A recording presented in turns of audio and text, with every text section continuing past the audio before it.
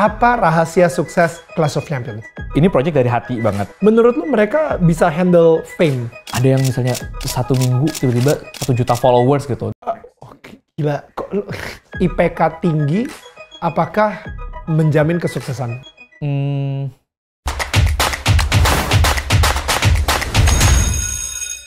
Sekolah Sukses dimulai.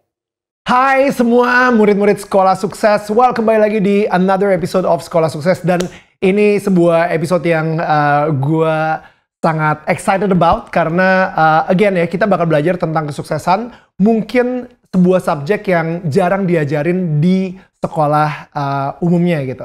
Tapi sekarang mentor kita ini luar biasa sekali. Dia adalah salah satu sahabat gue yang paling cerdas.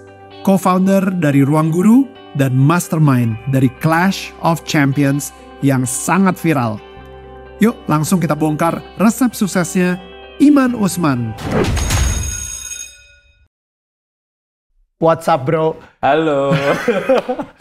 Gue seneng banget ada. Man, congratulations for Clash of Champions. Oh, thank you. Gila.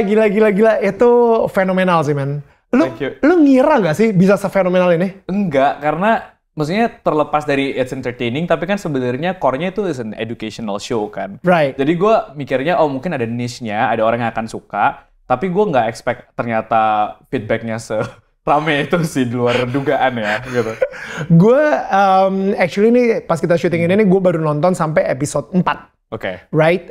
Dan itu gue baru seumur hidup ngerti apa yang namanya cryptaritem. Apa sih cryptaritem? Bener nggak gue ngomongnya? Cryptaritem, bener ya? Yeah. Gitu kan? Dan abis itu yang gue ngakak banget sih. Dia bilang kayak, oh cryptaritem? Iya ini yang di SD pas kita belajar. Yang grup lain, gue baru pertama kali. Yeah. Banyak banget sih kayak, ya gamenya, ya makanya mikirin game yang kayak, oh ini kayaknya orang akan bisa belajar sesuatu dari situ, tapi juga at the same time, there is a surprise elementnya, nah itu yang mungkin challenging lah. Gue ngakak karena bener-bener kayak dia bener-bener ting langsung cepet gitu kan. Gue baru ngeliat soalnya aja, gue belum tahu itu apaan gitu. Itu dalam otak gue mikirnya itu game at least setengah jam loh, karena itu kan banyak sebenarnya kan yang belum dibuka. Betul. Dan gue mikir, oh ya ini mungkin akan ada kompetitif dikit lah gitu. Ternyata enggak. Ternyata hancur, kayak itu kayak nggak nyampe 5 menit beres gitu. Gue kayak di otak gue cuman, aduh gimana durasi tayangan gue. Bro, tapi seru banget. It came from you. Orang-orang semua bilang kalau misalnya gila ini Iman banget. And lu pernah ngeluarin buku masih belajar. Dan di situ gue langsung mikir kayak gila sih. Gue ternyata masih perlu belajar juga nih kayak Iman juga. Lu membuat orang-orang pun juga. Gue sampai akhirnya tadi ngecek rumus Pitagoras gitu kayak kok jawaban gue salah ya. Akhirnya gue ngecek, oh ternyata gue salah di sini. Gue jadi ikutan belajar lagi tau. Ya, itu yang gue paling happy dari show ini sih, karena banyak banget tiba-tiba orang tuh jadi semangat lagi sama belajar, ada motivasi buat belajar lagi. Karena memang kan abis pandemi itu sebenarnya orang ada motivasi belajar secara umum tuh turun ya sebenarnya gitu, dari pandemi sampai sekarang lah. Jadi pas ngelihat bahwa ada show yang bisa ngebangkitin lagi orang jadi semangat belajar, jadi actually punya mimpi besar. Banyak yang nge-DM gue tuh kayak, gue kira tadinya tuh udah stuck banget, terus sekarang jadi mimpi kayak pengen kuliah ke luar negeri, pengen lanjutin karirnya, apa segala macam. It's very rewarding lah buat gue. Come on. Oke, apa rahasia sukses Clash of Champions? Apa ya? Bagi 3 poin aja, 3 poin. Oke. I think the first one menurut gue, ini project dari hati banget. Jadi bener-bener ketika bikin tuh bukan kayak, oke ini gue mau bikin show yang kayak viral, atau show yang misalnya kayak udah ini bisa monetary-nya tuh gede banget gitu. Makanya sponsornya dikit kan sebenarnya. jadi tuh tapi bener-bener nih kayak gue pengen, ada show yang emang orang bisa suka tapi get value out of it gitu. Satu itu gitu. Dan hopefully ketika gue bikin tuh berharap kayak, nih semoga anak-anak ini bisa at least jadi role model, jadi idola gitu ya. Di luar dugaan gue ternyata mereka sekarang jutaan followersnya gitu. Iya. Tapi itu harapan pertama lah gitu. Yang kedua, mungkin karena dikerjakan dari hati, jadi itu benar-benar, dan I think this is a credit to everyone involved di Clash of Champions ya, tim, cast semua gitu. Jadi semua itu benar-benar 100% gitu. Jadi kelihatan lah dari prosesnya, dari gimana kita mikirin gamenya, gimana kita mikirin kayak storytellingnya. Jadi itu nggak asal naro, yang penting jadi rilis gitu, enggak gitu. Itu yang kedua sih ya. Dan nanti yang ketiga sebenarnya momentum sih gitu. Jadi mungkin menurut gue ada banyak definitely orang-orang lebih jago untuk bikin show seperti ini, dan I think almost 100% orang yang terlibat di Clash of Champions itu adalah kali pertamanya mereka bikin show seperti itu. Kayak reality show lah, unscripted show gitu ya, variety, game show, you name it gitu. Jadi, dan itu pertama kalinya juga mungkin buat gue produce unscripted game show ya. Biasanya mungkin produce yang lain gitu. Jadi, cuman apa ya, kayak semua orang tuh beneran mau belajar gitu. Jadi bener-bener kayak ngelihat referensi, bener-bener kayak diskusi brainstorming itu panjang banget gitu. Dan I think balik ke tadi momentumnya, jadi kita udah ngeliat mungkin juga karena di sekarang ini orang udah nonton Squid Game, mungkin udah nonton banyak lah tayangan-tayangan yang modelnya itu baik itu film, series ataupun show yang modelnya itu sebenarnya gamified atau competition gitu. Jadi mungkin udah teredukasi di situ juga. Mungkin kalau gue rilisnya ini 5 tahun lalu atau 6 tahun lalu belum tentu kayak sekarang. Belum tentu siap mereka. I think momentum juga sih. Gue tahu lu kemarin itu sempat ke Harvard juga pas lagi pandemi kan.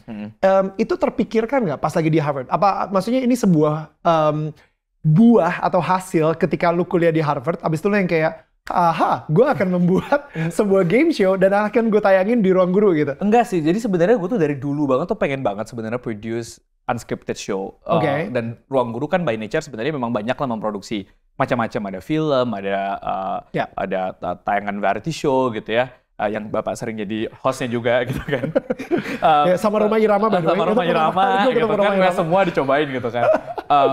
Tapi itu selalu tuh dilemanya adalah kayak, aduh ini ngangkat rating nggak ya? Maksudnya karena kan kalau tayang di TV tuh bukan cuman sekedar, yaudah deh gue pengen bikin project idealis terus terserah orang nonton apa enggak gitu. Karena kalau misalnya ternyata orang nggak suka, meskipun bisa punya duit gitu, tapi ya percuma gitu kan. Pasti show-nya nggak akan ada yang mau nayangin gitu.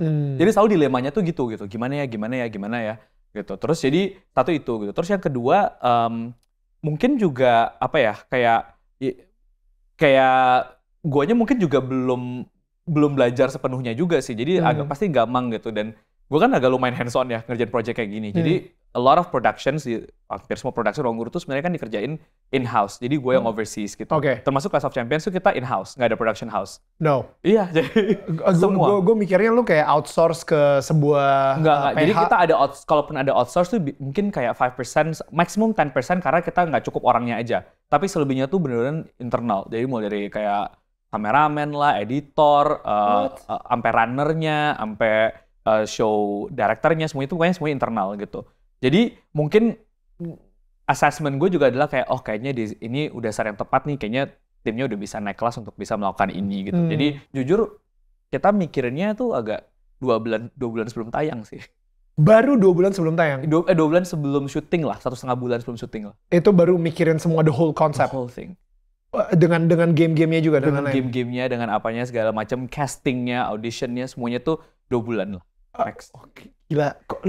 Terus abis beres syuting, ketayang tuh sebulan. Jadi tuh beneran yang kayak, makanya sebenarnya kalau gue nonton aja tuh sebenarnya banyak banget hal yang gue kritisi sendiri lah. Kayak, I think ini harusnya bisa bener, ini setnya bisa kayak gini, gamenya bisa kayak gini. Cuman memang ada kendala-kendala itu. Tapi ya itu proses belajar lah gitu. Karena typical show kayak gini tuh, kalau gue nanya-nanya sama teman-teman kayak di Amerika, di Korea gitu ya, mereka bilang biasanya pasti at least 6 bulan sih. At least ya, karena bisa 1 tahun 1 show gitu. Terus ini kita kayak 2 bulan. Ayo kita bikin. Dan gue ngeliat di Instagram lu baru posting soal bola tenis gitu. What is that about? Di episode 6 ya? Di episode 6. Jadi episode 6 tuh intinya, jadi kan yang bikin menarik dari si Clash of Champions ini kan sebenarnya adalah unpredictability-nya juga lah gitu. Jadi orang tuh mereka bertarung sebagai individual gitu ya. Terus kemudian ya di tengah-tengah tiba-tiba harus bikin tim, timnya jadi berlawan satu sama lain, tiba-tiba dipecah lagi jadi individual, baru balik, tiba-tiba ada revivalnya gitu ya, yang udah tereliminasi bisa balik lagi. Pas di situ ternyata udah 20 besar nih tiba-tiba disuruh 1 lawan 1 gitu. Dan 1 lawan 1 itu ditentukan dari ngambil undian, yang mana undiannya itu ngambil bolanya itu bola tenis. Itu adalah bola tenis gua. Yang baru gue pikirkan last minute lah itu, makanya contoh-contoh last minute-nya lah gitu. Makanya pakai bola tenis, harusnya bisa pakai apa kayak fishbowl rapi apa gitu. Bola pingpong gitu bola ya, pingpong dikasih apa gitu. Enggak, itu baru kepikiran malam sebelumnya. Terus makanya bola yang ada tuh apa, toko. Bener gue nyari tadinya bola pingpong, cuman tutup semua toko. Karena itu baru jam 11 malam gitu. Gue kayak, besok pakai bola deh gitu. Terus di rumah gue adanya bola tenis. Dan lu lagi hobi main tenis Dan juga. gue main tenis kan gitu. Jadi akhirnya itu beneran gue tulis, itu tulisan nama gue sendiri, nama orang. Mereka ngambil di bowl itu. Cuman ramenya karena ini ada dua karakter yang dari awal mungkin kayak apa ya, overpowered gitu lah ya, OP gitu. Jadi terus tiba-tiba dan mereka sahabatan dari kecil, dari SD. Tiba-tiba ternyata harus ketemu, harus clash gitu. Jadi orang semuanya kayak, ini game show apa drama Korea? Beneran nangis, banyak banget yang nangis, orang ngirimin video nangis ke gua gitu. Iya. Dan maksudnya itu karena ya bola tenis lo itu yang menentukan juga gitu. Iya, gua aja maksudnya gua nggak expect itu juga. Jadi gua yang kayak gitu. I love it. Oke, kalau misalnya lu boleh jujur nih ya, berarti budget yang harus lu keluarin buat si Clash of Champions ini seberapa gede, bro? Gede banget dong, karena reality show itu standarnya udah lebih dari TV menurut gua. Jujur sebenarnya enggak. Mungkin dari banyak produksi yang dilakukan Ruang Guru, ini salah satu yang paling murah sebenarnya.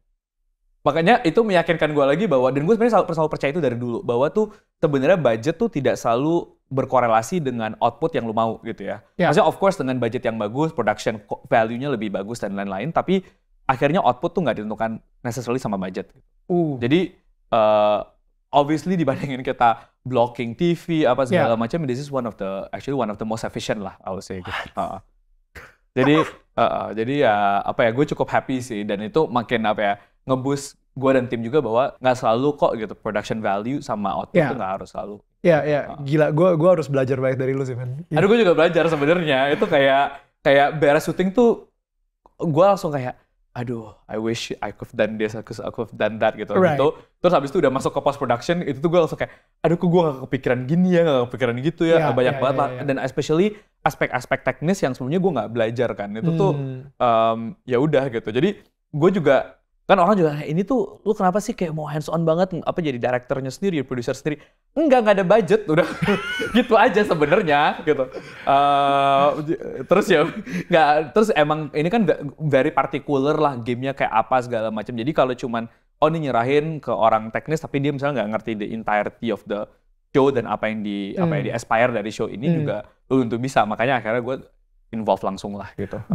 Gue kenal lu sebenarnya udah cukup lama gitu, dan gue inget ya pertama kali kita kenalan gitu ya, gara-gara gue posting sesuatu ketika bokap gue posting lagu lagi jaga toko di Mangga 2 gitu kan, dan habis itu lu bilang, gila Neil, ini postingan lu itu menginspirasi banget gitu, karena bokap gue tukang minyak. Lu bilang seperti itu. Dude, can you tell me a little bit about your background, bisa dari tukang minyak dari bokap yang seorang tukang minyak yang lu bilang gitu ya, sampai akhirnya lu bisa dikirim ke luar negeri beasiswa, sampai kenapa di Padang ada manusia sepinter lu gitu.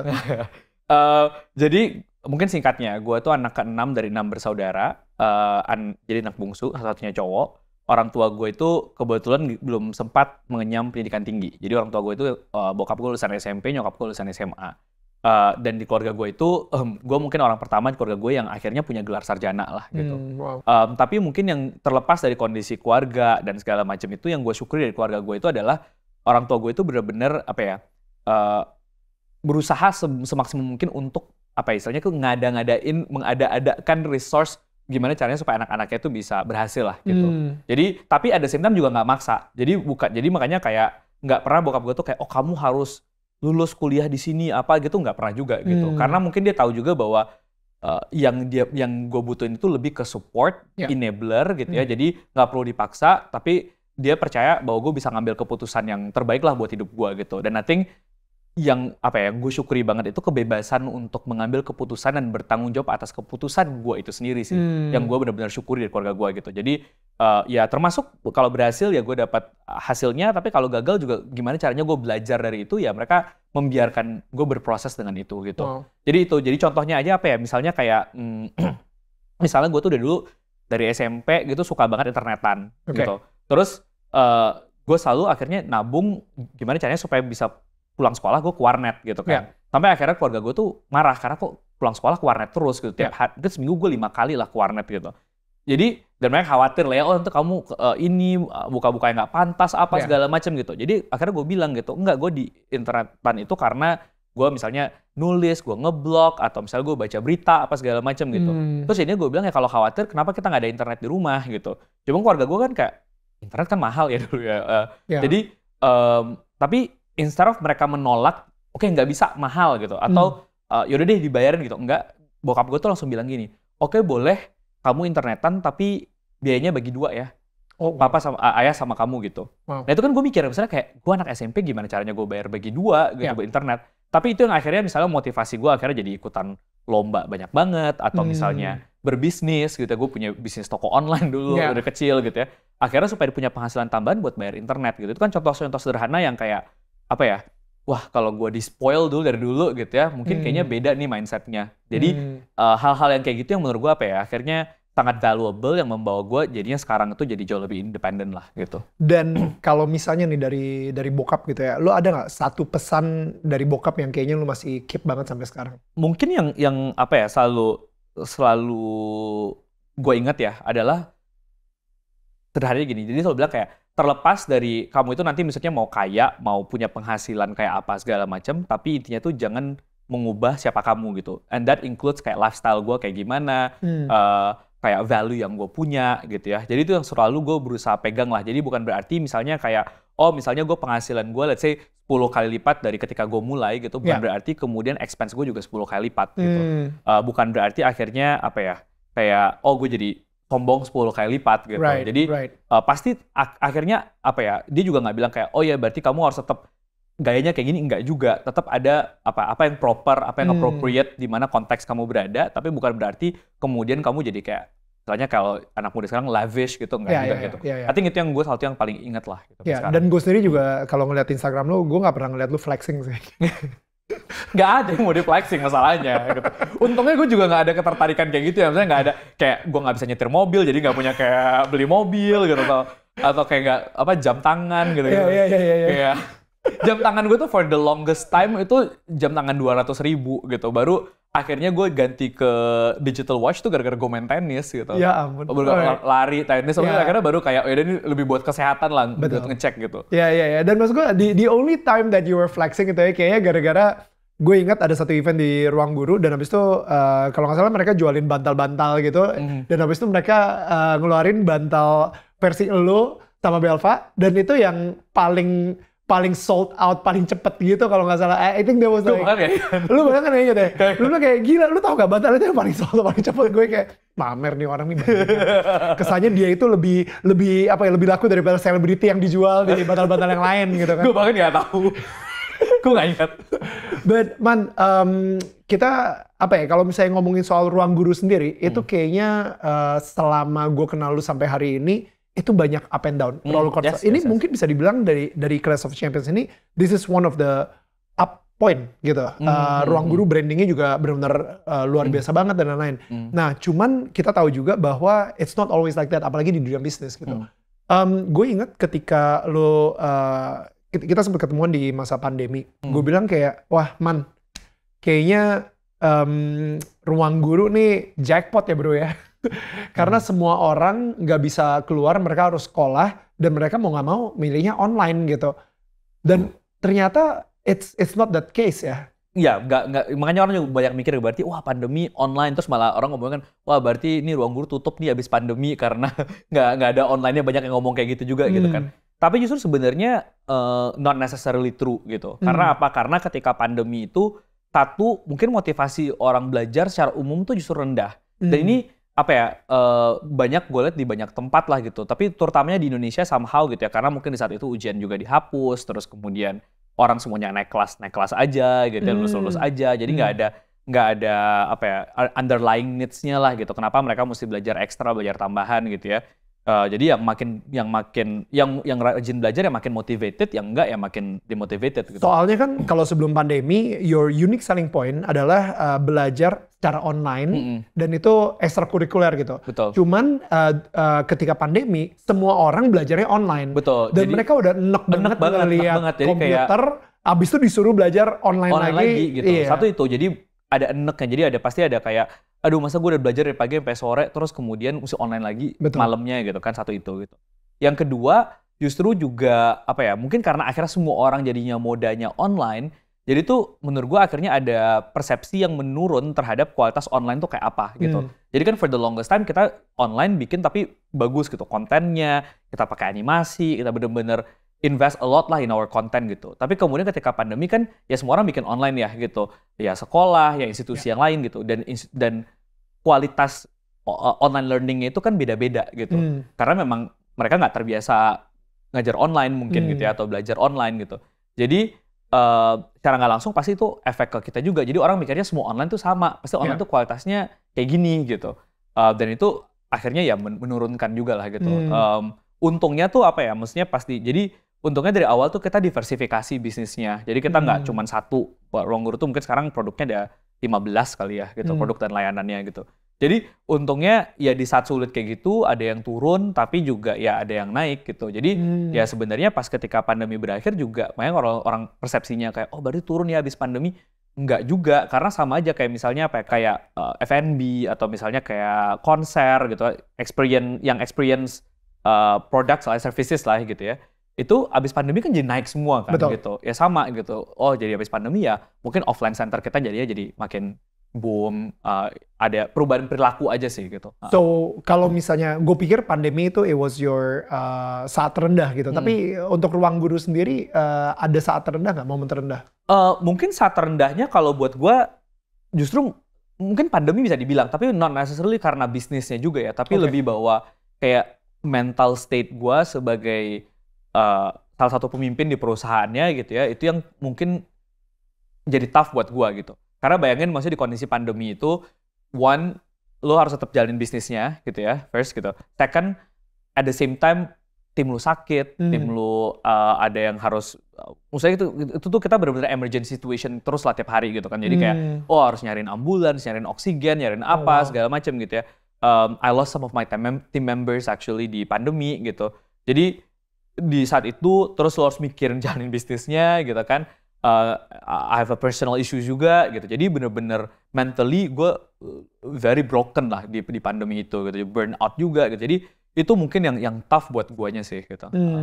Dan at the same time kalau nggak salah lu juga apa sih pas kita lagi, gue nggak tahu nih apakah ini bisa diomongin atau enggak gitu ya. Tapi kayak you're the number one hero di satu Indonesia, tiba-tiba dalam satu malam you become the number one public enemy dan diserang sama netizen juga gitu. Can you give me a little bit of context itu? Boleh.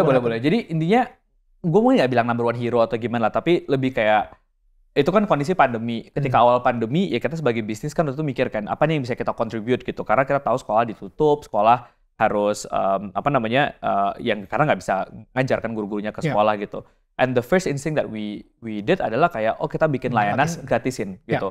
Gimana caranya kita bikin waktu itu live streaming berapa ya, mungkin 18 kanal tiap hari ngikutin pelajaran sekolah sehari, nggak tahu 4 jam 5 jam gitu ya.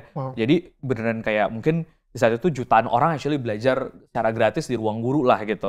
Dan orang appreciate itu gitu kan gitu. Tapi kemudian ya kayak nggak selang 2 minggu atau 3 minggu dari situ, terus kemudian ya ada kayak ya fitnah lah kalau gue bilang gitu ya, yang kemudian dipolitisir, di apa segala macam juga, yang kemudian affecting kita di Ruangguru gitu. Tapi sebenarnya personally ke elunya? Ke Ruanggurunya? Ke gua dan Belva lah ya gitu. Dan cuman ya karena kita berdua maksudnya adalah leadernya di perusahaan, pasti ya secara nggak langsung ke Ruanggurunya kan gitu. Jadi ya secara nggak langsung ya pada saat ketika itu ya bener-bener kayak berubah drastis gitu. Kayak tadinya lu mungkin kayak dipuji, orang semua bilang grateful, thankful untuk apa yang lu kerjain, tiba-tiba ini tuh bisa-bisa lu kayak beneran kayak death threat gitu gue dapet gitu ya, beneran kayak nyampe ke keluarga gue gitu. Jadi bisa kayak keluarga gue gitu bisa dapet random message dari orang bilang kayak wah, ke nyokap gue misalnya kayak ibu harusnya malu punya anak kayak Iman, ini harusnya sekeluarga masuk neraka apa segala macem gitu. Bener-bener yang ngeluarin kata-kata kasar yang itu tuh kayak gak pernah dalam hidup gue akan ngebayangin bahwa gue akan ada di titik ini nih gitu. Dan itu umur gue berapa ya? 27, baru 4 tahun yang lalu sih. Iya 4 tahun lah gitu kan, 28 gitu ya. Jadi bener-bener kayak I was not mentally ready for dealing untuk hal-hal kayak gitulah gitu. Jadi bener-bener pandemi pula, lo sendiri gitu kan, nggak bisa ngobrol, nggak bisa apa segala macam. Jadi beneran itu gue tiap hari ya nangis, gue tiap hari gue kayak I still remember lah, gue kayak di shower gitu, gue bisa berjam-jam gue nangis dong di shower gitu. Jadi it was very very tough moment. Saking gue nggak apa ya, cara gue cope itu tuh saking gue mau ngomel, gue mau marah itu dan nggak bisa marah kemana-mana gitu ya. Adalah gue tuh nge-record pakai audio recorder di HP gue, terus itu gue ngomel-ngomel. Kayak ngomel-ngomel 30 menit, kayak monolog aja gue gitu, kayak 30-40 menit gue monolog tiap hari, kayak supaya gue nggak gila aja gitu di otak gue, kayak overthinking apa segala macam. Jadi gue keluarin habis itu, oke, dan gitu. Jadi kalau gue sekarang dengerin recording gue gitu, gue kayak ketawa sih, cuman ya it's part of me dealing with the situation lah. Jadi masih lu keep juga ya? Gue pikir udah enggak sih, masih ada. Oh wow. Masih ada. Okay. Jadi yang kayak gue marah, kenapa kayak for the longest time kayak you do this, you do that gitu kan, lu mikirnya ini buat kebaikan orang, tapi karena hal yang gak lu lakuin kayak tiba-tiba kayak lu dulu ngerasanya kayak seluruh dunia mengecam lu lah apa segala macam, and no matter how lu mau sugarcoat, it's okay ini apa segala macam, proses dari bisnis segala macam, itu tetap pasti it hurts gitu. Jadi itu nggak bisa dipungkiri lah gitu. Jadi I think dealing with that and segala hal terjadi pandemi ya, it was ini menarik ya, karena sebagai founder lu itu bisa dibilang mempunyai ya Ruang Guru itu adalah lu dan lu adalah Ruang Guru gitu kan. Dan emang semua orang mikir kalau misalnya startup founder itu, wah hidupnya enak ya, kayaknya wah gila, it's all about glam, lo dapat Series A, Series B, abis itu jadi unicorn dan lain-lain gitu. Tapi mereka nggak pernah dengar the dark side of being a founder yang. I mean, gue juga nggak akan bilang bahwa nggak ada privilege sama sekali. Pasti, maksudnya I will admit gitu ya, pasti there are so many privilege that comes with me being a founder gitu. Akses yang gue punya, resource yang gue punya, power yang gue punya di platformnya gitu ya. Ada banyak banget gitu. Tapi and I think it's not just being a startup founder lah, tapi I think being an entrepreneur as a whole gitu ya, mau lo bisnisnya konvensional, digital, segala macam, it's tough gitu. So, boleh nggak kasih gue again beberapa poin aja gitu ya, gimana lo bisa keluar dari that depression sebagai founder, apalagi ini efeknya ke Ruang Guru juga, to your business, lu sebagai leader, dan mental lu sendiri, apalagi ini juga bukan sesuatu yang lo lakuin gitu, ini fitnah dan gara-gara ada politisasi dan lain-lain gitu. Mungkin kalau bagi gue yang pertama, gue trying to fokus ke timnya gue dulu gitu. Jadi, maksudnya tim lu tahu? Lu ngelewatin ini? Tahu, terutama yang core timnya ya, gue beneran kayak, gue tuh lucu banget, tim gue pasti ada beberapa tim, namun nggak semua, karena tim gue banyak gitu. Tapi sebenarnya ada tim di mana gue tuh breakdown nangis di Zoom tuh, gue pernah Zoom call, gue nangis. Lu setransparan itu sebagai founder? Nggak tahu ya, maksudnya mungkin orang kayak aduh ini harusnya di saatnya harus menguatkan, tapi bagi gue kayak ya I was trying to be vulnerable aja gitu, karena biar maksudnya orang tahu kondisi gue kayak apa, dan gue tahu maksudnya kalau gue butuh help, gue butuh apa segala macam, gue nggak trying to gue kuat, gue tegar apa segala macam gitu. Jadi tapi of course di lingkungan yang gue juga percaya lah gitu. Maksudnya nggak tiba-tiba ada tangisan gue tiba-tiba diupload di internet gitu, nggak gitu. Tapi misalnya kayak ya terutama di tim gue segala macam gitu. Karena mereka mesti tahu bahwa kayak this is what I'm dealing with and this is the time where I need your support the most gitu. Wow. Kayak for the company, for apa mungkin gue nggak akan bisa making logical decision gitu ya ketika di perusahaan apa segala macam, so you know where I'm coming from and what I'm dealing with gitu. Jadi satu itu gitu kan. Wow. Yang kedua sih akhirnya benar-benar kayak di saat itu akhirnya gue juga mungkin belajar kayak mungkin gue banyak teman selama ini, tapi di same time mana nih teman yang akan ada buat lu no matter what gitu ya. Jadi dan akhirnya fokus ke situ gitu. Jadi teman-teman gue beneran yang kayak yang teman-teman deket gue banget itu beneran yang kayak hari ini gimana, yuk mau Zoom bareng nggak? Itu beneran kayak Zoom 15 orang, 12 orang gitu. Jadi kayak support sistemnya lah gitu ya. I think itu gitu. Dan di satu sisi, dan akhirnya gue nemuin mungkin apa hal yang bisa membuat gue mungkin lupa dari ini semua sesaat dan bisa fokus. Itu akhirnya gue ketemu tenis gitu. Itu makanya gue bilang kayak tenis save my life gitu, kayak beneran gitu. Karena itu akhirnya gue beneran belajar tenis, main tenis setiap hari, akhirnya gue suka, I was happiest when I play tennis gitu. Jadi beneran ya akhirnya gitu sih ininya. Jadi lu in a way ngedistract diri lu cuman dengan sesuatu yang positif juga di luar, karena emang olahraga itu kayaknya sedikit-sedikit menaikkan endorfin juga. Bener, kan lu mukul bola, apa segala macam gitu kan, kayak lu nggak violent gitu, tapi ya udah gitu. Terus juga nggak tahu ya, maksudnya mungkin ketika main kan akhirnya lu fokus gitu, jadi akhirnya mungkin lu ke distract sama hal-hal lain lah gitu. Itu yang akhirnya menurut gua ya bener sih, olahraga penting banget sih gitu. Jadi itu sih, tapi ya tadi again the support system lah gitu. Ketika kayak tadi tuh ya, di momen tersebut sebagai founder dan habis itu sebagai leader di sebuah perusahaan dan ternyata semua kebaikan-kebaikan yang lu udah lu lakuin cuman karena satu fitnah atau satu kekecewaan itu kayaknya semuanya hancur. At that moment, lu pernah kepikiran nggak? Udah deh, mendingan gue cabut aja, gue mundur aja dari ruang guru. Atau mungkin ruang guru tutup aja udah, I don't care anymore, gue mulai sesuatu yang baru lagi. Ada banget. Right? Ada banget. Jadi misalnya di saat burnout itu, gue mungkin, ini ruang guru udah 10 tahun ya, mungkin dalam 10 tahun ruang guru ada tuh gue kepikiran mau udahin tuh, misalnya guanya ya, mungkin gak ruang gurunya, itu udah berkali-kali lah gitu.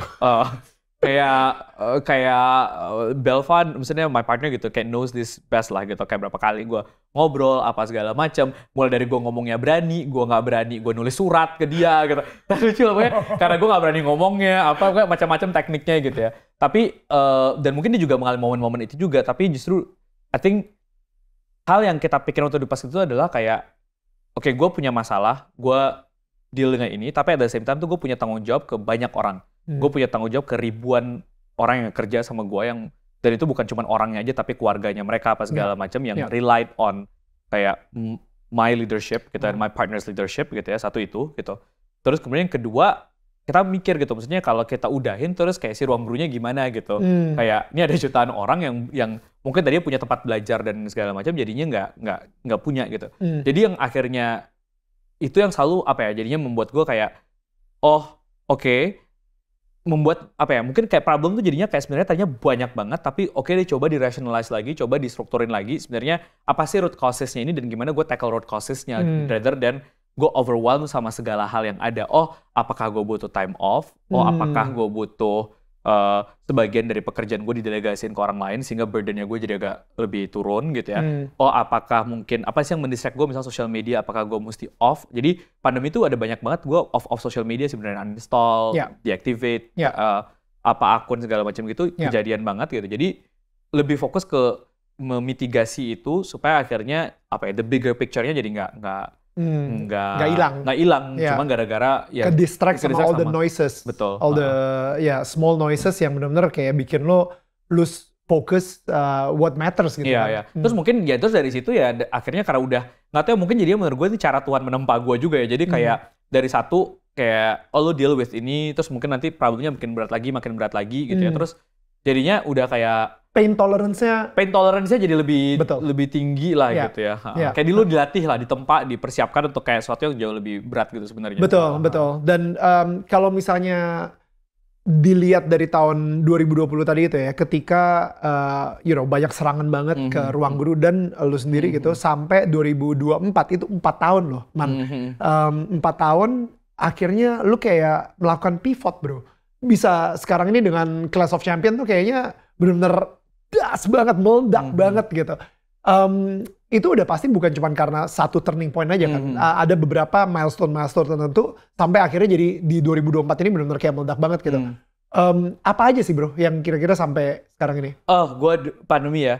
Jadi akhirnya mungkin dari kondisi tadi itu, akhirnya gue fokus ke apa nih hal-hal yang mungkin actually gue bersyukur mungkin gue ngalamin itu juga ya kalau sekarang reflecting back gitu. Karena kalau nggak karena hal-hal kayak gitu, mungkin akhirnya gue masih sangat menjadi orang yang beda banget lah dengan gue sekarang gitu. Satu misalnya bahwa tadi mungkin gue akan jauh lebih risk averse lah, karena takut ini takut itu gitu. Cuman akhirnya kalau setelah itu akhirnya gue yang kayak apa nih yang belum gue kerjain, yaudah gue cobain aja gitu. Kayak what's the worst thing that could possibly happen sih gitu kalau gue kerjain ini gitu. Atau misalnya kayak kalau kerjaannya jelek, orang hina nggak, terus gue mau dihina apa lagi gitu kan, misalnya gitu. Jadi kayak ya udahlah gitu. Jadi akhirnya mungkin agak lebih YOLO, agak lebih impulsif dalam kayak ngambil decisions ya. Jadi ketika itu akhirnya gue misalnya kayak satu gue sekolah lagi gitu kan, itu kan pandemi sebenarnya. Itu cara gue nge-distract diri gue waktu itu, kayak yaudah gue apa ya kesibukan gue selain yang ngerasa kurang sibuk gitu, kayak yaudah sekolah lagi gitu, gue sekolah lagi sambil jalanin company gitu kan. Terus itu setahun ya kalau nggak salah ya. 2 tahun karena gue sambil part time, karena gue jalanin perusahaan. Programnya setahun sebenarnya. Guanya 2 tahun lah. Di Bali ya? Gue kuliahnya di Harvard, cuman guanya dari Bali ke Jakarta. First year, second year-nya gue bolak-balik US, Indo gitu. Dan sebenarnya sambil jalanin company, orang kan mikirnya, wah Iman off ya? Enggak, gue tuh bangun tiap malam tuh, gue karena jam Indo, jadi bangun jam 10 malam sampai 6 pagi, terus paginya gue tidur, siangnya gue kuliah. Jam Amerika ya, gitu. Tiap hari kayak gitu. Jadi karena ya udah gue tetap jalanin dua-duanya gitu. Jadi cuma satu itu. Jadi akhirnya kayak itu gue punya better sense tentang kayak what I'm capable and what I'm not capable of gitu. Ternyata bisa kalau waktunya bisa kayak gini. Jadi satu itu gitu. Yang kedua, gue akhirnya lebih willing untuk mencoba hal yang selama ini gue mikir kayak aduh bisa nggak ya? Yaudah gue coba deh. Jadi di 2021 itu gue akhirnya mulai kayak produce film. Something yang kayak gue dari dulu pengen, cuman gue nggak yakin gue punya kapasitasnya gitu. Terus akhirnya akhirnya gue mulai produce and invest in films gitu. Kayak sekarang mungkin gue ada berapa ya? Ada 8 film. Gokil. Budi Pekerti film berapa? Pertama. Film pertama Budi Pekerti? Oke. Wow. Jadi itu gitu. Terus jadinya ada yang produce, ada yang cuma jadi EP doang. Cuman akhirnya kayak lebih ngerti gitu. Oh, this is how kayak kalau film produksinya kayak gini apa segala macam gitu. Terus akhirnya gue mungkin juga travel more. Jadi gue tuh sampai orang tuh kebanyakan ngira gue tuh kalau keluar kan selalu sebenarnya pakai jatah cuti atau kalau nggak gue sambil kerja ya remote ya. Jatah cuti gue tuh mungkin masih ada kayak nggak tahu lah berapa puluh hari gitu. Saking gue jarang make sebenarnya gitu. Jadi akhirnya gue lebih yaudah kalau gue ngerasa gue udah capek, yaudah gue off bentar seminggu. Jadi apa ya lebih tahu, lebih kenal dengan diri gue lah gitu. Sampai akhirnya ya dengan kombinasi itu semua dan gue mungkin jadi lebih banyak juga waktu untuk kayak ke diri gue sendiri ya kayak nonton, main sama temen, apa segala macem. Dan akhirnya ya itu akhirnya 2024 ini akhirnya mulailah muncul project-project yang selama ini kayak mungkin cuma ada di kepala doang tapi nggak berani dikerjain dan ya udah dikerjain gitu. Ruang Guru sekarang udah berapa tahun ya bro? 10 tahun. Baru 10 tahun ya? Iya. Gila men. Baru 10 tahun tapi udah segede ini, it's amazing ya. Iya. Valuation-nya kita udah nggak raise tuh dari tahun 2002 berapa ya? 2021. Udah sempet hit unicorn belum sih? Almost. Mungkin bedanya juga ya, karena orang kan bikin company, gimana valuation-nya naik terus segala macam. Jadi kita sebenarnya nggak terlalu kayak gitu juga sih. Jadi investment itu ada untuk gimana menopang plan dan visi perusahaannya. Tapi kalau emang nggak butuh ya udah gitu kan. Bisnisnya juga sehat gitu. Jadi yang paling penting itu core fundamentalnya bisnisnya sehat. Terus ya jadinya lu nggak tergantung sama investasi. Jadi kita tuh raise funding itu sebenarnya juga jarang juga gitu. Jadi sejak 2021 itu kita nggak pernah raise lagi sih gitu. Oh wow. Jadi dan gue juga nggak terlalu peduli sih mau statusnya unicorn apa gitu kayak ya udahlah gitu. It's just a status gitu kan. Iya. Kapan tuh? Maksudnya as a tech founder gitu ya, kan lu pengen gitu kan kayak gue pengen menjadi aplikasi belajar tapi unicorn gitu kan. You know, sebenarnya nggak pernah kepikiran karena gue dari bikin Ruang Guru itu bahkan startup aja tuh nggak ngerti Nil. Jadi kayak kalau nggak karena Belva, kayak kan Belva punya ide awalnya, terus Belva ngajakin gue gitu. Di saat itu aja tuh gue nggak tahu startup tuh apa gitu. Cuman gue misalnya ngerti premise apa yang mau dikerjain ini, terus gue ngerasa kayaknya I think it will be a great learning opportunity buat gue dan gue bisa belajar dari Belva, bisa punya pengalaman ini dan at the same time gue percaya sama cost-nya juga gitu ya. Itu yang ngedrive gue. Jadi dari kayak Ruang Guru ada di posisi sekarang aja tuh gue nggak pernah mikirin gitu. Jadi maksudnya, jadi bukan yang kayak gue bikin startup untuk menjadi unicorn gitu, enggak. Tahu startup aja kagak gitu. Tapi kebanyakan founder gitu kan kayak, di awal pun dia udah mikirnya exit strategy gitu. Jadi kayak, gimana caranya supaya gue bikin perusahaan, gede-gedein, investor masuk, habis itu gue exit. Kebanyakan kan seperti itu gitu. Tapi lu sebenarnya dari awal nggak ada pemikiran seperti itu belum mikir sih. Misalnya gue of course nggak tahu kayak ntar ke depannya gimana. Cuman intinya kayak dari awal sampai sekarang, maksudnya ya udah bikin terus gimana. Jadi makanya setiap profit atau revenue yang kita punya lagi itu pasti dibalikinnya ke bisnis lagi buat muterin terus gimana supaya ini dampaknya jadi jauh lebih gede lagi gitu. Jadi ya gitu sih. Jadi nggak ada. Gara-gara Clash of Champions ini ya, menurut lu masyarakat Indonesia itu peduli nggak sih sama edukasi? Karena gue berharap sih ya, maksudnya jangan orang cuma nonton tapi nggak ada ini. Mereka komentar-komentarnya bro, mereka bilang kayak apa sih bilangnya IP ya? IPK, GPA. IPK ya. Ya IPK boleh gede, tapi tetap aja nggak bisa dapat kerjaan. Tidak menentukan sukses gitu misalnya, kesuksesan dan lain-lain gitu. Kayak komentar-komentarnya kok kayak gitu banget sih, kayak pesimis banget. Iya, maksudnya akhirnya gue ngeliatnya ya di situ gue tahu bahwa PR-nya masih banyak. PR-nya masih banyak gitu. Jadi ya kalau semuanya udah kayak merasa bahwa oh ini penting dan segala macam ya mungkin udah nggak perlu gitu. Guanya bisa hijrah ke tempat yang lain gitu kan, melakukan hal lain gitu. Tapi justru di situ gue ngerasa oh PR-nya masih banyak ternyata gitu. But menurut lu IPK tinggi apakah menjamin kesuksesan dalam seseorang? Enggak, tapi gini, menjamin enggak. Tapi gue selalu bilang, oh berapa sih IPK segala macam. Maksudnya gue selalu bilang your GPA, your CV itu will get you an interview, but doesn't guarantee you to get a job. Oke. Jadi it opens one door, tapi it doesn't mean kayak oh you'll be able to enjoy the whole plate, the whole room gitu-gitu. Belum tentu satu itu gitu. Tapi gue tidak pernah meng-underestimate. Kan orang kayak, oh iya emang yaudah mau IPK tinggi mau apa. Karena IPK tinggi itu menurut gua is a resemblance of grit and persistence and discipline. Oke. Kayak orang nggak mungkin IPK-nya tinggi kalau dia tuh nggak punya disiplin. Karena you actually have to submit your work in time, you actually have to manage your consistency di kuliah, di petugas dan segala macam ujian gitu ya. Lu berarti mesti harus tahu gimana caranya give an excellent work gitu kan. Jadi itu kan come from grit, comes from ya lu selalu gigih, lu disiplin gitu.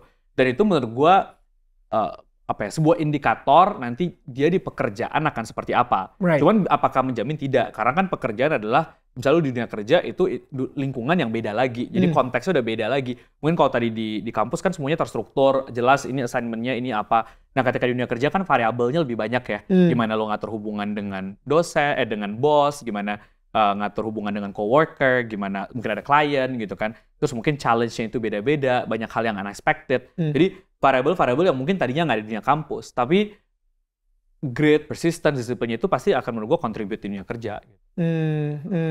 Justru gue kadang suka mikir gitu, misalnya nggak jadi skeptis ya, tapi misalnya kayak oh IPK orang rendah gitu, gue selalu akan tanya oh, kenapa gitu, apa yang membuat ini rendah? Maksudnya apakah dan belum tentu karena malas aja kan, tapi itu kan juga oh mungkin dia nggak punya privilege seperti teman-teman yang lain bahwa oh dia mungkin harus sambil kerja ngurusin keluarganya, oh mungkin dia harus di luar ini ternyata dia ngerjain project apa yang membuat dia jadi punya pengalaman kerja, pengalaman magang, pengalaman apa. Jadi nggak serta-merta it's a decision gitu ya, tapi ya tetap harus diapresiasi kalau orang punya bagus sih. Karena susah gitu. Maksudnya ada kan orang yang genius dari kayak gue ngelihat gitu ya dari si kontestan-kontestan di Clash of Champions, gue ngerasa kayak gila ini genius banget. Bener, tapi kan dari lahir kayaknya udah pinter betul, gitu. Tapi just even using that example gitu ya, misalnya ketika orang, oh dia genius dari lahir, tapi belum tentu IPK-nya tinggi juga, karena lu genius tapi lu nggak submit kerjaan on time, lu bolos kuliah misalnya gitu, IPK lu pasti turun. Nggak mungkin IPK lu 4, nggak mungkin gitu. Right. Karena itu disiplin gitu. Jadi itu dua hal yang berbeda gitu. Jadi bukan berarti juga orang IPK 4 tuh genius, itu enggak, tapi selalu gue bilang orang IPK 4 pasti rajin. Udah gitu, karena lu mesti rajin gitu. Dan seringkali, ibaratnya apa yang gue percaya dan banyak orang percaya juga adalah orang yang rajin tuh mungkin akan lebih sukses daripada orang yang pintar. Balik ke tema kita gitu ya. Karena ya itu, lu pintar tapi lu nggak disiplin, lu nggak konsisten, lu nggak ini. Tapi kalau rajin, no matter lu tahu bahwa satu berarti lu pasti punya learning acumen, lu pasti pengen terus lebih baik lagi, terus improve lagi, mau belajar gitu ya. Pasti akhirnya jadi. Gitu. Ini jujur nih ya, ini kan semua talent-talent yang ada di Clash of Champions itu kan ya seperti lu bilang gitu, GPA-nya itu kayak tinggi semua lah, pokoknya 4 out of 4. Ada 5. Gue tanya kayak, 5 out of 4? Oh, 5 out of 5. Jadi, tapi di situ mereka disiplin semua? Tepat waktunya iya sih, maksudnya karena mereka disiplin ya, maksudnya tahu. Tapi yang uniknya, dan ini yang mungkin buat show itu jadi menarik ya, karena ini tuh bukan lo kayak datang terus lo ujian and then lihat hasil paling tinggi itu enggak gitu. Tapi yang menarik dari sebenarnya konsep dari Clash of Champions ini adalah gimana orang-orang yang emang tadinya tuh semua pintar, mereka pintar semua, tapi ditaruh di kondisi di mana satu nih, mereka tuh itu syutingnya kan dari pagi sampai malam ya. Dan durasi syutingnya juga cuma berapa hari gitu. Semua the whole episode karena budgetnya kecil, mereka dikasih nasi kotak semua. Nasi kotak lah gitu ya, benar. Gila loh. Ya misalnya mau makan apa kan nggak mungkin gua prasmanan. Anak di Oxford lo ngasih nasi kotak. Nah, mereka di Oxford lebih susah kok makannya. Lebih berhemat soalnya kalau dari ceritanya. Makan mie instan gitu kan. Jadi cuman itu gitu ya. Jadi under pressure kayak itu satu itu gitu. Yang kedua, ini bayangin ya, lu melakukan itu semua, ini ada puluhan kamera ngeliatin lu. That's true. And Pressure-nya. makanya lucu banget ya episode 2 atau berapa gitu, episode 1 kalau nggak salah, salah satu peserta lari pas berhasil lolos, dia masuk ke observation deck-nya gitu, teman-temannya dia langsung bilang kayak, ya ampun, untung banget aku lolos, aku nggak takut dihina netizen. Nggak jadi dihujat netizen. Aku takut dihujat sumpah. Iya, dia bilang Ada yang ngomong kayak gitu, iya. takut aku dibully netizen. Iya. Itu real banget gitu, karena memang mereka tuh mikir gitu, kayak aduh, gue anak pintar-pintar nih, kayak mungkin gue paling pintar di kampus gue, kalau gue kalah duluan gimana ya Dibully gitu. netizen, Atau betul. misalnya kalau gue nggak bisa ngejawab ini gimana, ini kan seharusnya satu yang gue pasti bisa gitu. Iya. Makanya challenge-nya kan sebenarnya bukan yang kayak rocket science juga, enggak gitu. Iya. Tapi lu diput di kondisi di mana lu ada tekanan waktu, tekanan di sekitar lu orang semuanya kompetitif, tiba-tiba ini ruangannya kecil, jadi kelihatan pasti semua gerak-geriknya gitu ya. Endurance, lu capek gitu. Jadi itu yang sebenarnya apa ya, membuat ini menjadi menarik lah gitu di satu sisi gitu. Makanya kalau anak-anak itu suka cerita sama gue kayak, aduh kalau gue gak pernah ikut kompetisi kayak gini. Kayak ada yang bilang kayak ini lebih capek dibandingkan Olimpiade Science. Right. Ada yang bilang ini lebih capek dari ini karena memang gitu. Right. Jadi bukan berarti juga nanti yang menang eventually, oh ini yang paling pintar, belum tentu. Tapi ya dia berarti bisa men-tackle semua challenge yang ada lah. Menurut lu mereka bisa handle fame, ketenaran? That's what I'm hoping gitu ya. Dan tapi itu yang selalu gue tekanin lah. Jadi even dari sebelum show kita tuh ada banyak briefingnya, pas baru mau keluar pun, setelah keluar pun, sampai sekarang tuh mereka mungkin banyak orang nggak tahu ya, tapi maksudnya ada sesi-sesinya juga gitu. Gue datengin pakar, bahkan kemarin gue bawa Prilly gitu, misalnya Prilly atau Konsina cerita, oh gimana caranya dia deal sama cyberbullying, sama mungkin orang punya hatred gitu ya, gimana cara dia manage community, hal kayak gitu. Karena ya mereka kan bukan artis ya, dan ini mereka datang ke sini juga mungkin nggak expect, gua aja nggak expect show-nya viral gitu kan. Jadi mereka juga nggak expect ternyata, oh ada yang misalnya 1 minggu tiba-tiba 1 juta followers gitu dari 1.000 gitu misalnya gitu ya. Itu kan nggak ada yang expect gitu. Jadi tapi kita udah menyiapkan hal-hal itulah gitu. Dan pastinya makanya gue selalu bilang bahwa ya mau disiapin kayak apa, mau dulu ada pelatihan kayak apa, didampingi sama orang kayak apapun. Gue belum pernah ngeliat ada orang sukses tuh terus kemudian nggak pernah gagal tuh, nggak pernah gitu. Nggak pernah. Mau lu siapapun lah, lu mau selebriti kayak apa, mau lu 50 juta follower, 70 juta follower, dimanapun, lu udah dilatih, udah di-train kayak apapun gimana caranya supaya apa, namanya manusia ya, ketika dihadapkan dengan situasi yang sulit, orang ngomong jelek ke lu, orang nyerang ke lu, pasti mungkin aja lu di luar kontrol tuh pasti bisa. Jadi iya, itu juga yang gue menenangkan mereka. Oke, kalau salah nggak apa-apa, tapi gimana belajar dari kesalahannya gitu ya. Tapi di sisi juga gue berharap teman-teman yang nonton, netizennya juga ya memaklumi gitu, karena ya ini mereka baru gitu. Iya, justru orang sukses tuh bukannya nggak pernah gagal gitu, tapi bagaimana cara dia bounce back dari kegagalannya, dari belajarnya. Jadi justru yang gue gitu sih, maksudnya, ya gue selalu bilang kayak, jangankan kalian ya, maksudnya gue yang udah 10 tahun mengerjakan ini aja tuh, gue ngerjain hal baik aja tuh pasti ada orang yang ngomong jelek gitu. Jadi nggak bisa pasti expect 100% orang akan selalu cinta sama lu, selalu support sama lu. The most loved artist, athlete, celebrity aja tuh punya hater gitu. Jadi itu inevitable, lu nggak bisa hindarin. Tapi gimana caranya lu deal sama itu gitu. Jadi ya gue sih bener-bener, makanya gue lumayan deket ya sama mereka semua juga, udah kayak gue tuh kayak udah punya kayak 50 anak kali sekarang. Ya, dan mereka open sama gue, dan emang gue berusaha gimana caranya juga ya mereka jadi open. Jadi kalau ada masalah, ada apa, mereka cerita gitu. Jadi ya bisa jadi support system yang baik lah gitu. Mereka juga. Ada netizen yang marah gitu masih, kenapa di episode 2 tiba-tiba ada murid-murid ada kontestan baru gitu, 10 anak yang dari NUS, dari Oxford, dari KAIS gitu kan segala. Iya. Maksud gua, loh berarti mereka nggak ikut tantangan pertama dong. Itu kayak curang banget nih. Nggak ada yang komplain sih. Gue yang komplain. Nggak ada yang komplain sih. Akhirnya kayak ya udahlah, nerima aja gitu. Jadi nggak tahu, mungkin orang ngerasa ya part of the twist of the game-nya gitu ya gitu. Dan akhirnya ya mereka karena diceburin dengan tantangan yang sama dan macam-macam pun ya emang berat-berat sih orang-orang ini. Iya, gitu. Kalau gue mikirnya kayak, di tantangan pertama kan matematika semua tuh. Ya si anak-anak ini sih ya agak unfair aja, karena 10 ini udah pasti langsung masuk gitu. Gue mikirnya seperti itu, tapi ya... Belum tentu juga loh, karena anak keluarganya juga banyak yang bilang sama gue kayak, aduh gue belum tentu loh kayak kalau pertama itu bisa masuk kayak, karena itu tuh kan justru gampang ya, misalnya nggak susah. Tantangan pertama tuh, itu tuh tentang ketelitian, bagaimana working under pressure gitu ya. Terus ya cepet-cepetan kan. Gitu. Jadi ya mungkin kalau udah biasa ngerjainnya pakai Excel atau misalnya pakai kalkulator gitu ya. Di hari gini mana juga orang hitung 600 angka gitu. Gitu kan. Jadi ya. Tapi bro, lu tau gak, gue sedih banget ketika Maxwell keluar. Sedih banget. Karena lu bukan satunya orang kok yang sedih. Oh really? Baik banget.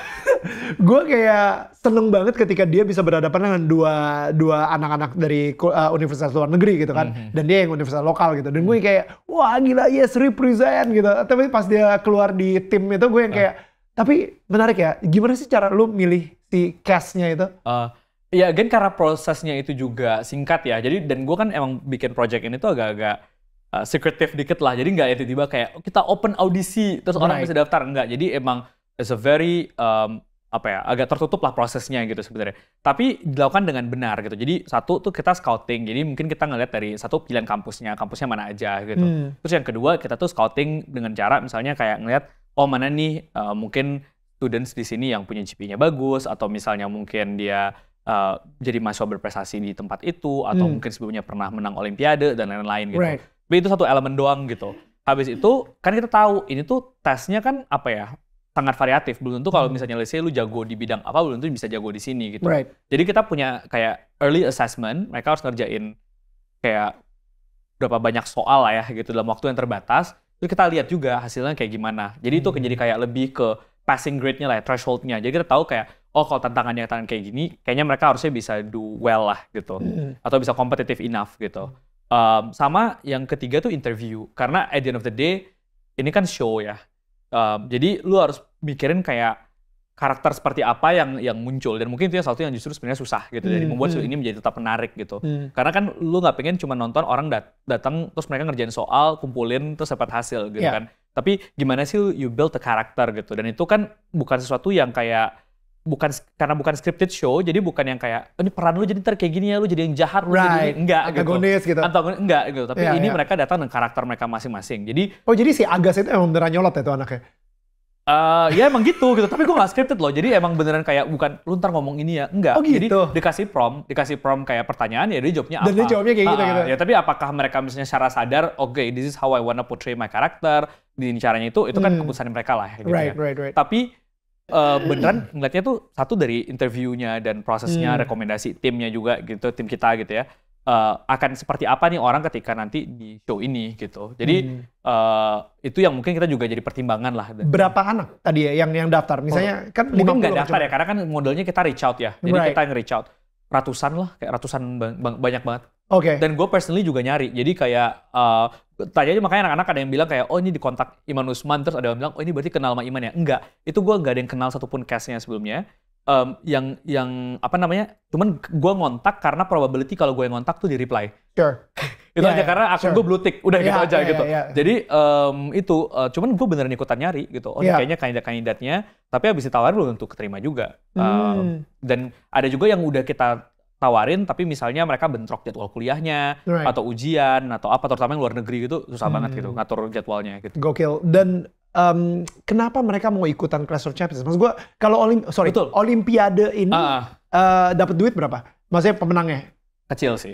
Kecil. Tapi kan prestisnya beda banget lalu menang Olimpiade. Gue jujur bingung, kaget karena itu juga gue kayak ini anak udah menang Olimpiade internasional, udah ini, udah itu gitu. Gue juga kaget mereka mau. Tapi mungkin mungkin mereka juga excited karena this is something that they've never tried before gitu. Jadi kayak, gue mungkin nyari pengalaman, terus tahu bahwa nanti ini semua orang-orangnya dari berbagai macam kampus di Indonesia. Mereka tadi kan nggak tahu dari kampus dari dunia ya. Jadi mereka mikirnya kayak, this will be good networking opportunity, gue bisa kenal teman baru gitu. Jadi gue juga kaget sih mereka mau terus terang gitu. Karena, dan ini kan benar-benar leap of faith ya. Kayak, mungkin kalau nanti ada second season atau third season gitu kan, orang udah tahu ini ya gitu. Tapi ini tuh leap of faith. Jadi gue juga sangat grateful orang-orang ini mau terlibat dan deliver bagus banget gitu. Hadiahnya sebenarnya apa sih? Hadiahnya ada uang beasiswa. Cuman kita nggak disclose. Actually lumayan gitu. Jadi mungkin juga ada itu trigger juga. Jadi mereka juga kayak, gue nggak pernah ikutan lomba, hadiahnya segede ini gitu. Ada gitunya juga. Dan kita memang kebiasaan di ruang guru tuh bikin kalau lomba, bikin kompetisi, hadiahnya bagus gitu. Karena kita selalu ngerasa kayak orang ikut lomba nyanyi, lomba apa hadiahnya bagus, tapi kalau lomba akademik kok enggak ya gitu. Jadi it's something yang emang kita kalau emang ada resource-nya, adanya bagus deh gitu. Pitch deck lu seperti apa sih? Ya misalnya, kamu mau ikutan nggak? Ini kayak Indonesian Idol tapi untuk jago matematika. Gitu. Tau nggak? Pitch deck-nya gue bukan itu. Nggak, gue Apa? bilangnya ini kayak Physical 100 tapi buat genius. Makanya itu udah paling gampang menurut gue ngejelasin ya gitu kan. Dan makanya orang, oh ini adaptasi dari show ini ya, show itu. Enggak, gue tuh sebenarnya ada banyak banget. Gue tuh mungkin di kantor ya, orang yang paling banyak nonton show di kantor lah. Gue tuh nontonin semua, mau bukan cuman Korea, kayak US, India gue tontonin, kayak dari Sweden gue tontonin gitu. Banyak banget reference show gue. Tapi terus kan ketika gue pitch deck gue, yang gambarin ini bukan cerdas cermat juga gitu. Jadi udah, ini Physical 100 tapi buat genius. Udah paling gampang gitu. Jadi itu mereka udah tahu kan, oh berarti gue individual nih kompetisinya, gue nggak bertim gitu, gue ini gitu. Brain 100 lah. Kalau itu kan fisik kan, itu kan brain lah. Udah gitu. Make sense. Di antara semua cast atau si talent-talentnya ini gitu ya, ada yang ini nggak sih? Ada yang ngediva nggak sih udah? Enggak sih. Maksudnya mau kelihatannya kayak apapun di show itu, mereka sangat kooperatif sih. Dan mereka tuh beneran yang kayak apa ya? Dan gue bersyukur banget ya punya anak-anak ini adalah mereka tuh sangat banyak ngasih input tentang kayak ini maunya enaknya bagusnya kayak gimana gitu. Jadi itu beneran yang kayak, jadi misalnya nih kayak apa ya, itu kan footage library-nya banyak banget ya, lu bayangin ada berapa puluh kamera, ada berapa puluh clip on yang harus didengerin gitu. Mau kita ada runner-nya nyatetin, ini adegan ini apa segala macam pun pasti tetap ada yang kemis, karena itu berarti kan gue mesti nonton berapa jam berapa ribu jam footage gitu kan. Jadi itu mereka yang bisa bilang, Kak nanti cek ya di kameranya, kayaknya tadi ada yang pas bagian ini bagus deh gitu. Ini bagus. Jadi itu mereka juga kayak sama-sama gimana bikin show ini jadi bagus dan apa ya, dan supaya akhirnya orang jadi semangat gitu. Mereka benar-benar ini sih motifnya tuh benar kayak gimana caranya ini educational show sukses gitu. Gue ngerasa nih ya, pemenang Clash of Champions ini kan semua mata nih tertuju pada Clash of Champions sekarang ini nih ya. Pemenangnya ini either bisa jadi selebriti, you know what I mean? Like, tapi dia jadi apa? Jadi penyanyi kah? Abis itu di hire sama perusahaan besar kah? Jadi engineer kah? Atau jadi computer science? Like, karir mereka akan kemana gitu? Aduh, gue sih menyerahkan ke mereka ya. Cuman gue selalu bilang bahwa kayak this is a very rare opportunity, di mana kayak orang-orang bukan kayak kalian, tapi maksudnya jarang banget nih, maksudnya orang dengan personality seperti kalian, punya ketertarikan ke akademis dan segala macam, tiba-tiba bisa disukai jutaan orang. Bayangin, nggak tahu, mungkin sekarang udah ada yang 2,5 juta followers, 2 juta followers gitu ya, in over 3 weeks gitu ya. Jadi it's a huge responsibility, tapi it's also a huge opportunity. Tapi gue selalu bilang kayak this also could be temporary gitu. Jadi tetap jangan sampai lupa kalian tuh tadinya mau gimana. Tapi apakah nanti ke depannya kalian mau berubah interestnya apa segala macam, ya juga jangan tertekan sama itu gitu. Mereka tuh takut banget misalnya kayak apa ya, kayak aduh ntar kalau IPK gue turun gimana ya? Kayak tadinya udah 4, tadinya udah 5, kalau turun gimana nih, masih kuliah kan gitu. Gue bilang udah biasa aja, nyantai aja, nggak apa-apa gitu. Karena ya maksudnya jangan terbebani sama ekspektasi orang-orang, tetap jadi diri kalian terus gitu. Makanya kita juga selalu ada dari Ruang Guru juga supaya make sure mereka nggak merasa sendiri dalam proses inilah. Mereka nanti sebagai talent tuh di manage sama Ruang Guru kah? Iya, jadi mereka di manage sama Ruang Guru untuk periode waktu tertentu. Tapi tujuan utama gue sebenarnya bukan modelnya tuh bukan kayak kita mau jadi agency karena spend revenue-nya apa. Enggak. Iya. Gue nggak pengen aja tiba-tiba mereka nanti misalnya jadi influencer, tiba-tiba jualan judi online gitu. Kan mungkin aja ya nggak ngerti atau apalah gitu, atau tiba-tiba skincare abal-abal gitu kan kayak. Enggak, dia kan jago matematika gitu. Dia akan ngajarin gimana caranya menang judi online. Jadi lebih dengan rumus Pitagoras. Gue lebih kayak gitu, make sure Yeah. bahwa at least dalam fase tertentu ada yang nemenin decision making mereka. Right. Oh ini undangan yang lo terima, ini undangan yang lo nggak terima. Oh ini tawaran partnership yang oke, enggak. Jadi sambil mereka nanti hopefully bisa make their own decision gitu. Undangan seperti apa yang lo expect? Maksudnya diundang ke Sweet 17 gitu misalnya untuk, atau nggak tahu, sesederhana misalnya ada yang kayak, ini udah kejadian ya, misalnya kayak orang nge-DM mereka atau kontak business inquiry-nya mereka, tapi buat kayak, boleh nggak gue bayar buat ngucapin ulang tahun buat teman gue, contoh. Right. Karena udah ngefans lah. Karena udah ngefans banget gitu, kayak udah gue ucapin tapi bayar gitu. Gue nggak ada ya kayak gini-gini ya. Lo kalau mau ngucapin ulang tahun, tapi kayak kayak do not profit out of this. Jadi maksudnya gimana membantu mereka untuk kayak make an informed decision terhadap ini apa nih ke depannya. Dan karena kalau nggak didampingin kayak gitu kan kadang ini masih anak-anak muda gitu. Misalnya mereka adults ya, maksudnya as above 18, mereka make their own decisions and be responsible with their own choices. Makanya kan orang bilang kayak, oh ini berarti live-nya dibikin Ruang Guru, ya mereka bikin channelnya. Enggak, kita tuh nggak ada yang nyuruh mereka live di TikTok, atau misalnya mereka bikin channel WhatsApp, mereka mau turn off Instagram kita juga ya udah gitu. Terserah mereka masing-masing, tapi gimana caranya mereka inform dengan hal-hal yang ada di sekitar mereka, dan at the same time juga membekali mereka dengan kemampuan untuk belajar. Karena kan nggak mungkin kita selalu ada di samping mereka dan, oh ini harusnya lo ambil, nih harusnya nggak lo ambil, enggak. Tapi ya kedepannya mereka make their own decisions lah. Gue kayaknya kalau misalnya jadi perusahaan-perusahaan kayak multinational company gitu ya, misalnya kayak, I don't know, yang perusahaan-perusahaan blue chip lah, yang gede-gede gitu, itu sih udah gue tag-in satu-satu sih. Udah tag satu sih. Iya dong, gila. Udah jelas gitu. They're good. Iya kan, they're amazing. Dan udah siapin salary yang bagus banget buat mereka. Kayak, you know, bahkan si 10 yang awal paling episode 1 yang lepas jago. Itu tetap jago. Tetap jago. Emang semuanya jago aja, udah. Iya, kayak, wah, I'm excited for them sih. Oke, ini mungkin 2 pertanyaan terakhir. Selama 10 tahun lu sebagai leader dari Ruang Guru gitu ya, apa wisdom yang lu bisa kasih ke kita how to be a successful leader like yourself? Ini agak very classic, misalnya, cuman menurut gue ya selalu punya grit untuk mau belajar sih gitu. Jadi kayak lu mau udah sepintar apapun, lu mau udah sekolah setinggi apapun, lu mau punya pengalaman kerja puluhan tahun pun gitu ya, pasti lu akan dihadapkan dengan situasi di mana ya mungkin lu belum siap untuk itu gitu. Tapi gimana caranya, ya poin pentingnya adalah selalu mau belajar dan nggak pernah cukup puas dengan apa yang lu punya gitu. Dan itu mungkin satu hal yang mentalitas yang gue pegang lah. Gue tuh dari kecil tuh gue selalu bilang kayak I'm not the smartest. Kayak IQ gue entah cuma berapa lah gitu ya. Tapi I know kayak cuma 215. Enggak.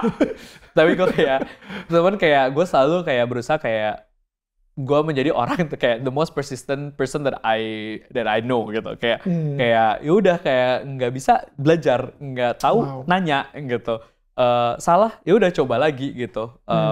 Kalau salah emang mau apa sih hal terburuk yang bisa terjadi gitu, selalu gue ngomong gitu. Jadi itu sih yang mungkin berusaha membuat gue akhirnya jadi kayak ya kayak di mata orang mungkin kayak oke, kayaknya nggak ada habis-habisnya, ada lagi ini ada itu gitu, karena ya itu tadi sih. Ya. Pertanyaan kedua atau pertanyaan terakhir, what is your definition of success? In a world where you can be anything, you can be kind. Bro, kedalaman tuh, men. Jadi tuh kan IQ 215 sama IQ 112. Jadi ketika lo bisa jadi apapun yang lo mau di dunia ini, tapi at the same time you choose to be kind gitu. Itu menurut gue tuh sukses. Jadi kayak lo bisa jadi orang paling pintar di ruangan, lo bisa jadi orang paling kaya di kota lo, di rumah lo. Lo bisa jadi orang paling powerful. Iya, atau lo bisa mengerjakan apapun yang lo punya, tapi at the same time you choose to be kind to people who work with you, people who be around you gitu, who are around you gitu ya, orang-orang yang mungkin lo nggak kenal gitu ya. I think itu berarti lo sukses sih, karena berarti lo ya nggak tahu ya, maksud gue it's something yang gue pun kalau ngomong itu pun kayak gue udah bisa belum gitu, berarti gue belum sukses gitu, karena menurut gue belum bisa be kind ke semua gitu, tapi itu that's something that I'm aspiring to be. That's beautiful. Iman Usman, mentor kita hari ini. Thank you so much. Thank you. I love it. Beneran gue sangat terinspirasi banget sama lo. You know, dengan naik, you know, jatuh bangunnya, dan it's beautiful. Dan gue sendiri juga nggak sabar ngelihat apalagi inovasi dari Ruang Guru yang akan kita lihat lagi ke depannya gitu. And gue yakin banget ini kan dengan budget kecil. Wah men, bentar lagi nih bakal ada suntikan dana dari salah satu OTT mungkin ya. Aduh, nggak tahu. Ya kan langsung jadi world.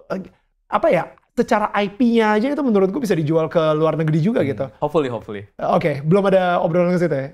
We'll see. I knew it. Alright, so mudah-mudahan kalian semua belajar dari mentor kita hari ini di Sekolah Sukses, dan kita ketemu lagi minggu depan dengan mentor yang nggak kalah hebat ya. Bye guys, thank you.